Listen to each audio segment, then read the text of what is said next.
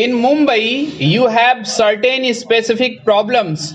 I refer to one problem which is mentioned to me by every single foreign tourist who came to Mumbai.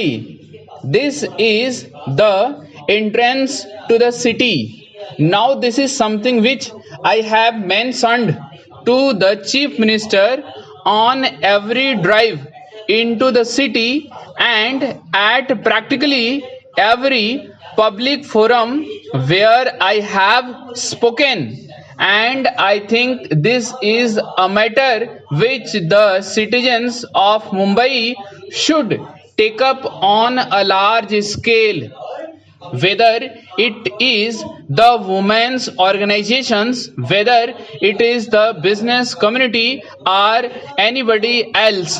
I think that if everybody acts together, it can be tackled. It is not a very large area, and I do not think that finances alone stand in the way. It is not only the image of Mumbai which is suffering, but Mumbai being one of the important gateways to India, it is the image of India which suffers thereby. You have, Mr. President, mentioned in your address the present policy of the government, which is to encourage new entrepreneurship and talent. But what have businessmen done to identify and promote such talent, of which there is no dearth in the country? The bigger business and industrial establishments, by trying to foreclose profitable lines of business, and sometimes by seeking to produce everything under the same roof, or in allied establishments, succeed in keeping out new talent from entering the business field. Associations such as yours and other chambers of commerce should draw up concrete scheme to foster new entrepreneurship and talent. One suggestion which was made at the last meeting of the custodians of the nationalized banks was that some of the senior and professionally qualified executives in bigger establishments who have the necessary skill could step out and start small scale enterprises to provide employment to young engineers and other technical personnel. They will, of course, get all help from the financial institutions in the public sector. Business associations could also play an important and more active part in encouraging businessmen and industrialists in the industrially backward areas. As regards the organizational setup of the new nationalized banks, I think there is hardly any need for me to reiterate the assurance which I have already given.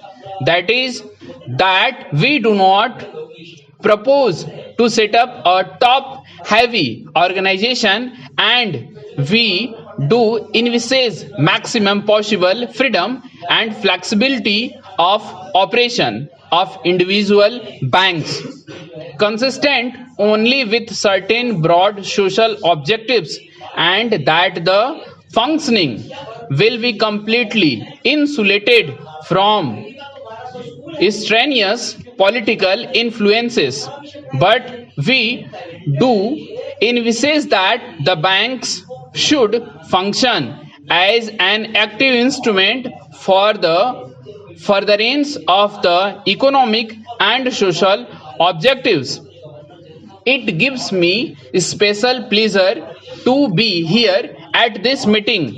I must say that I was very much attracted by the name of this organization when I first heard of it because it is something which at this moment of our development we are very much in need of. Enterprise is perhaps the greatest of our national needs. Enterprise in agriculture, in industry, in science, and even in matters of civic initiative, in combating social evils such as communal friction and other types of frictions and tensions which arise from time to time, which threaten our unity, which threaten our progress, and sometimes threaten even our very survival. This is hardly the place to dwell on some of these tensions, although they have a very vital burning on the progress of our industry. In today's society, in today's changing society, the new elite are the entrepreneurs and the technologists, and in the situation which exists in our country, these two have a very special responsibility to society. As you have rightly mentioned in your address, this is not only in the interest, in the patriotic interest of the welfare of larger sections of the people, but looking at the question from a very narrow practical point of view also. It is in the interest of all that one should take a stand on the issues and work for the solution of these problems, because these tendencies, whether it is the communal tendency, considering one citizen big merely because of his religion to be more patriotic than all other, denying people the right to live where they want to in the country or to work where they want to, weaken the fabric of the nation. No industry can prosper and no development can take place unless there exists the proper atmosphere, the atmosphere of unity and of working together.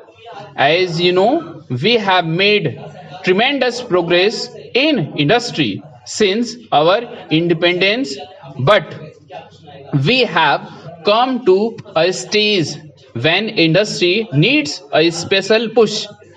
Not that we want to lessen the importance of agriculture, because our very lives are dependent on it, and industry itself is dependent on agricultural progress.